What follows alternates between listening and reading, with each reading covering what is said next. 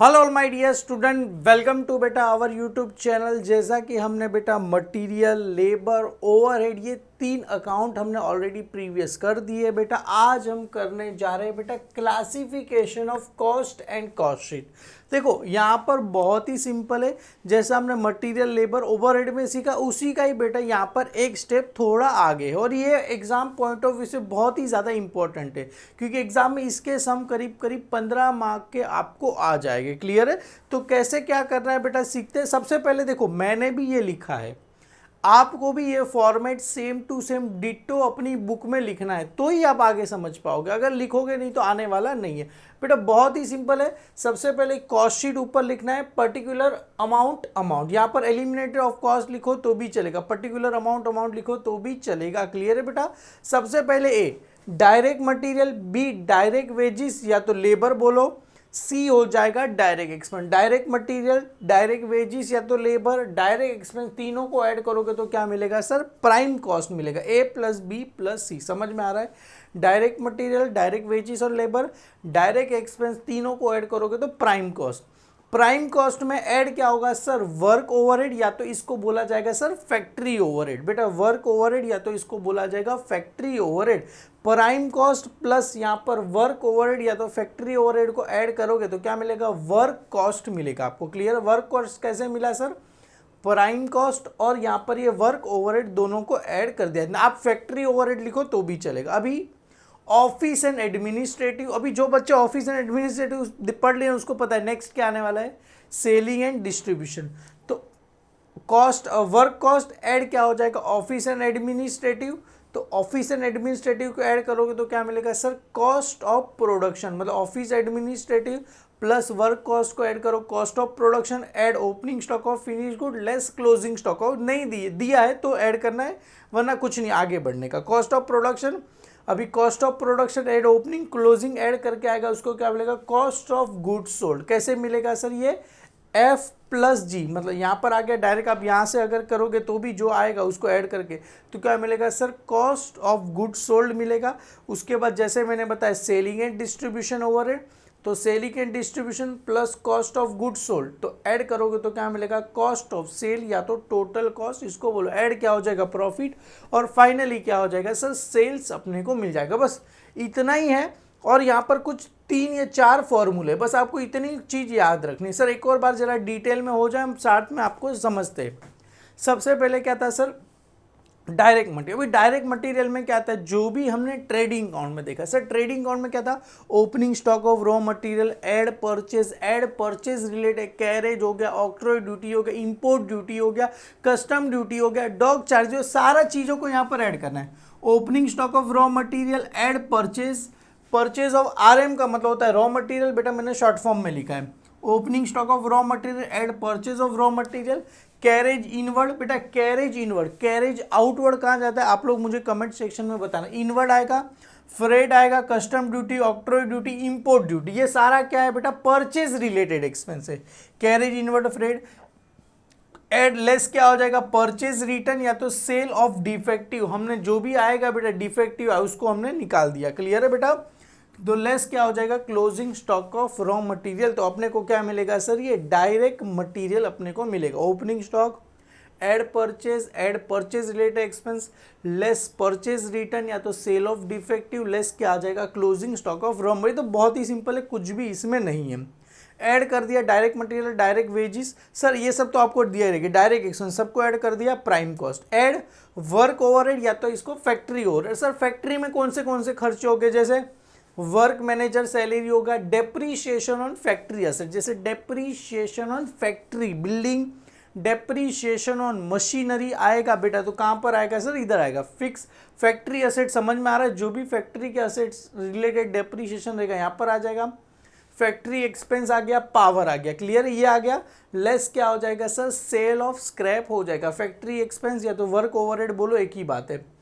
तो यहाँ पर आएगा लेस सेल ऑफ स्क्रैप हो गया। टोटल फैक्ट्री ओवरहेड या तो वर्क ओवरहेड बोल सकते हो, टोटल फैक्ट्री ओवरहेड या तो वर्क ओवरहेड। ऐड क्या हो जाएगा? Opening stock of work in progress, less क्या हो जाएगा sir? Closing stock of work in progress. Opening stock, closing stock, तो क्या मिलेगा सर? वर्क कॉस्ट मिलेगा। क्लियर है आपको? सिंपल है बेटा। और office and administrative. Sir office में क्या क्या आता है, प्रिंटिंग एंड स्टेशनरी आता है, पोस्टेज एंड टेलीग्राम आएगा, ऑफिस रेंट आएगा, सैलरी टू स्टाफ आएगा, डेप्रीशिएशन ऑफिस ऑफिस असेट्स में क्या, डेप्रीशिएशन ऑन फर्नीचर, फिर डेप्रीशिएशन ऑन कुछ फ़ोन दिया रहेगा, डेप्रीशिएशन ऑन मोटर कार दिया रहेगा, वो सारे के सारे ऑफिस आ जाएंगे। Total office and administrative overhead, अगर इसको वर्क कॉस्ट के साथ ऐड करो तो क्या मिलेगा सर, कॉस्ट ऑफ प्रोडक्शन मिलेगा। Add opening stock of finish good less closing stock of finish good. Clear है बेटा, ये ऑफिस हो गया। तो यहाँ पर कॉस्ट ऑफ गुड्स सोल्ड अपने को मिलेगा। फिर आएगा selling and distribution. Selling and distribution में क्या आएगा, देखो मैंने बोला था ना, कैरेज आउटवर्ड आएगा, ट्रैवलिंग एक्सपेंस आएगा, एडवर्टाइजमेंट आएगा, कमीशन आएगा। ये सारे के सारे क्या है बेटा, सेलिंग एंड डिस्ट्रीब्यूशन है।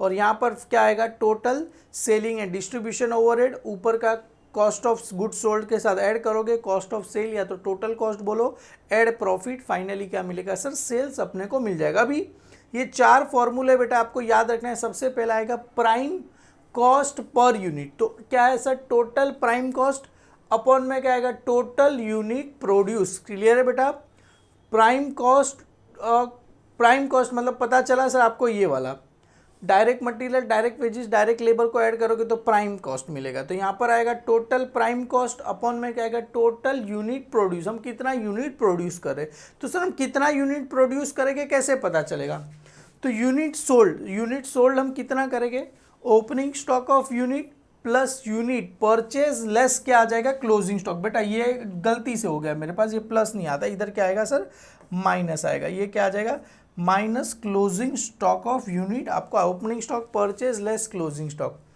Work cost per unit, total work cost upon में क्या आएगा, टोटल यूनिट प्रोड्यूस। क्लियर है, वर्क कॉस्ट पर यूनिट चाहिए तो divide by total unit produce, मतलब कितना यूनिट्स हम बना रहे हैं उसकी बात करें। क्लियर है, यहाँ पर आएगा नंबर ऑफ यूनिट सोल्ड, मतलब ये वाला नंबर ऑफ यूनिट सोल्ड, कभी cost of goods sold per unit, तो total cost of goods sold upon में क्या आएगा, total number of unit sold.